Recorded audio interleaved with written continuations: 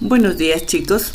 El día de hoy vamos a ver el siguiente tema. Vamos a ver el refuerzo sobre los fluidos. El objetivo, conocer las propiedades de los fluidos. Vamos a recordar un poquito que la materia es todo lo que ocupa un lugar en el espacio, ¿verdad? Y además la materia va a estar unido por fuerzas. Vamos a tener sólido, líquido y gaseoso.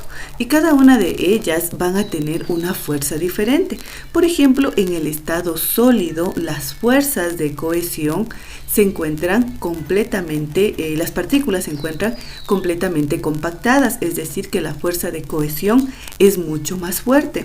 En el estado líquido, las fuerzas se encuentran en un nivel intermedio, las partículas están más o menos un poco separadas, entonces la fuerza de cohesión y la fuerza de repulsión tienden a ser iguales. Y mientras que en el estado gaseoso las partículas se encuentran bastante dispersas y es por ende que las fuerzas de cohesión son menores a las fuerzas de repulsión. Entonces, gracias a ello vamos a ver qué es un fluido. Un fluido es toda sustancia que fluye. Cuando se aplica una fuerza cortante, se denomina fluido y se caracteriza por tener las siguientes propiedades. Entonces, un fluido quiere decir que permite que haya un movimiento al momento de regar algún tipo de sustancia. ¿Y quiénes van a tener esta propiedad de fluidos? Van a ser los gases y los líquidos, son ejemplos de fluidos.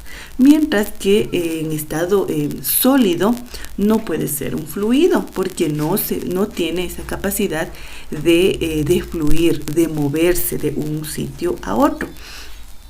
Por ejemplo, en el caso de los gases, un perfume al momento, un desodorante que está en un spray, entonces este gas se va a dispersar por todos los lugares, entonces tiene la capacidad de dispersión. Y los líquidos también, por ejemplo, un vaso con agua al momento de regarlo tiene la capacidad de fluir. Mientras que un sólido no. Un sólido, por ejemplo, una silla, una mesa, una manzana, este no va a fluir, es decir, no se va a mover. Tenemos 5 propiedades fundamentales que van a presentar todos los fluidos. Por ejemplo, la viscosidad, la compresibilidad, la tensión superficial, la capilaridad y la memoria de forma. Aquí tenemos, mire, uno de los ejemplos de la primera sustancia, que es la viscosidad, una de las primeras propiedades. ¿Qué es la viscosidad?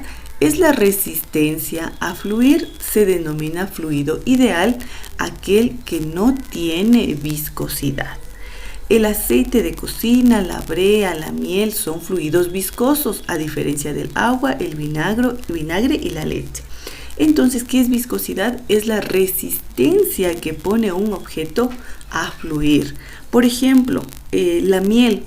Cuando está en estado puro, esta miel, al momento que se la va a regar o al momento que la cogemos con una cuchara, tiende a ser más viscoso, es decir, que no tiene esa capacidad de fluir como es el caso del agua. Mire, el agua al ponerle de un vaso a otro tiende a caer con facilidad, a diferencia de la miel.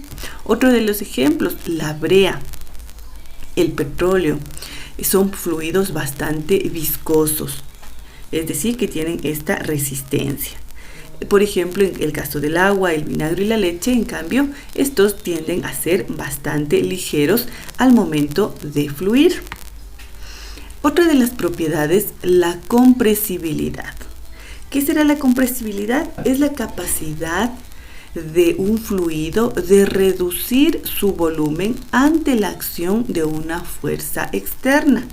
Aquí lo tenemos, mire, tenemos un objeto que la capacidad va a ser de reducir su volumen al aplicarle cualquier tipo de fuerza que sea externa. Entonces, en el caso de los gases, las moléculas se encuentran muy distantes entre sí y tardan más en chocar unas con otras en las paredes, lo que disminuye la presión.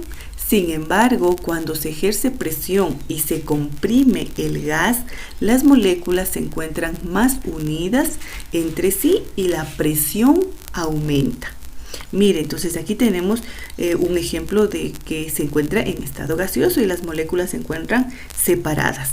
Pero al aplicarle una fuerza, este volumen va a disminuir, pero la presión es la que va a aumentar.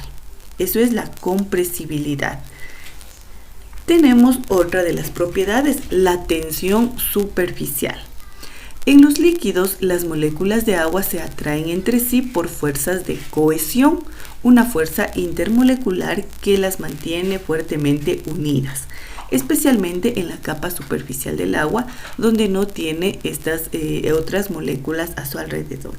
Entonces, en la tensión superficial, en el caso del agua, va a actuar como si fuera un elástico para ciertas partículas. Es decir, que las fuerzas aquí van a actuar las fuerzas de cohesión. Acá tenemos un ejemplo claro, cuando vemos a un mosquito que tiene esta capacidad de caminar, como que caminara sobre el agua. Es porque el peso o las patitas que tiene no tienen esta capacidad de romper los puentes de hidrógeno que ayudan a mantener unidas a las partículas de agua. Entonces a esta propiedad se le va a conocer como la tensión superficial, cuando el agua actúa como un tipo de elástico para que ciertas partículas puedan estar encima de ellas. Por ejemplo, en el caso de algunas hojas también pueden estar flotando encima del agua sin romper esta elasticidad que tiene el agua. Esta acción como un elástico que tiene el agua, ¿no? Al momento de permanecer unidas sus partículas. También tenemos la capilaridad. La capilaridad se la va a reconocer o se la va a definir como la capacidad que tiene alguno de los objetos a que puedan subir en contra de la ley de la gravedad.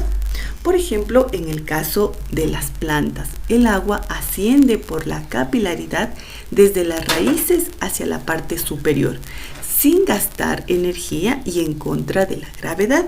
Entonces, este es un proceso fundamental en el caso de las plantas, cuando van absorbiendo por medio de las raíces todas las sales minerales y el agua que se encuentra disperso en el suelo, las absorben para llevarlas hasta el último extremo, es decir, hasta la flor, hasta las hojas, para que la planta pueda cumplir con todas sus funciones. Además, aquí tenemos, mire, un ejemplo de los capilares. Cuando nos hacemos algún examen de sangre, también actúa la capilaridad. Es decir, que con un pequeño capilar nos pinchan el dedo y nos van sacando la sangre. Es decir, que aquí en la sangre, por ejemplo, va a ir subiendo, gracias a que estas partículas de sangre van a ir pegándose en las paredes y haciendo que ésta vaya aumentando. Tienen una atracción adhesiva, es decir, que se van pegando y por ende va a ir aumentando su volumen y va a ir aumentando la sustancia. También le podemos aplicar la capilaridad en el caso de utilizar la pipeta. La pipeta es un objeto en el cual vamos a tapar la parte superior con el dedo y vamos a hacer que el agua empiece a subir por la capacidad que tiene de pegarse en las paredes, actuando en contra de la gravedad para que el agua tenga esta capacidad de subir por algún tipo de objeto. Y también tenemos la memoria de forma. La memoria de forma quiere decir o es una de las capacidades en las cuales los líquidos y los gases carecen de memoria de forma, que es la capacidad de volver a su forma inicial. Por tal razón, adoptan la forma del recipiente que los contiene. Entonces, por ejemplo,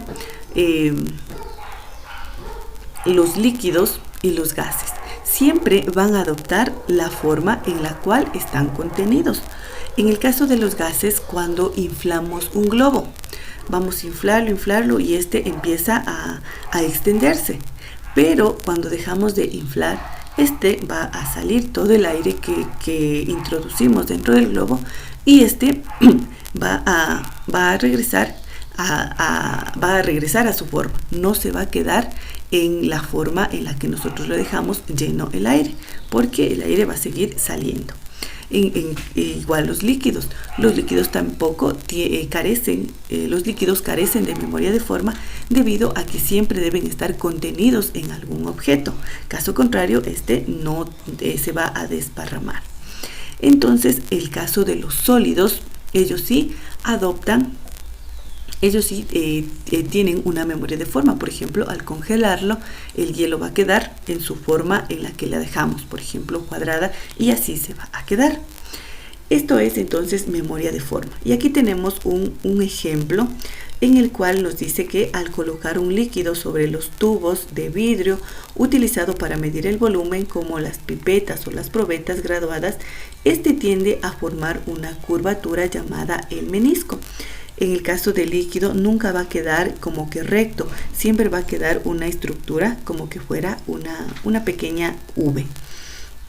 Y la toma de esta medida de volumen debe realizarse leyendo la altura de los ojos a base del menisco, es decir, justamente debe leerse aquí en la unión como que fuera una V, justamente aquí, más no en los extremos, porque sabemos que el agua no tiene una memoria de forma, es decir, que no tiene, que va a adoptar la forma del recipiente, pero para medir algún tipo de sustancias no se va a quedar de manera vertical, sino va a haber como un menisco, es decir, una pequeña forma de V.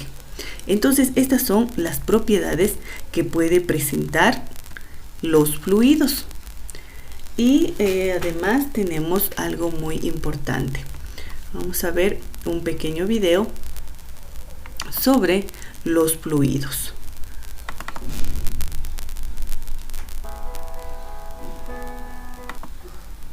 Con los gases.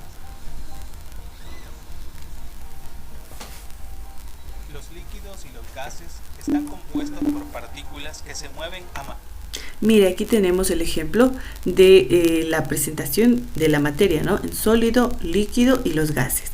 Y aquí es algo muy importante: los sólidos, sus partículas sumamente cohesionadas, es decir, sumamente unidas.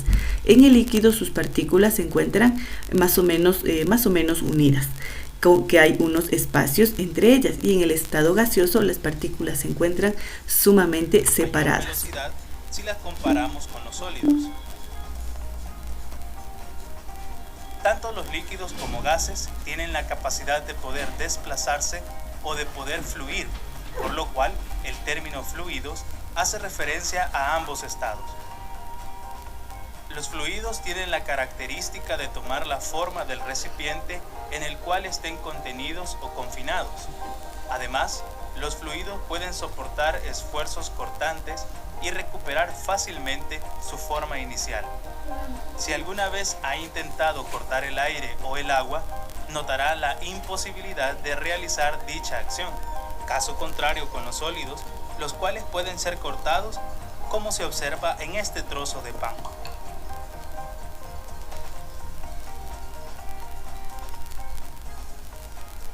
En este video se abordarán los conceptos de presión, densidad, caudal y los principios de Pascal, Arquímedes y Bernoulli. Entonces, chicos, ahí estaba ya un claro ejemplo de lo que debe ser un fluido, ¿no? Es la capacidad que tiende a fluir, es decir, a desplazarse. ¿Y quiénes van a tener esta capacidad? Los gases y los líquidos, más no los sólidos. Los sólidos no tienen esa capacidad de desplazamiento.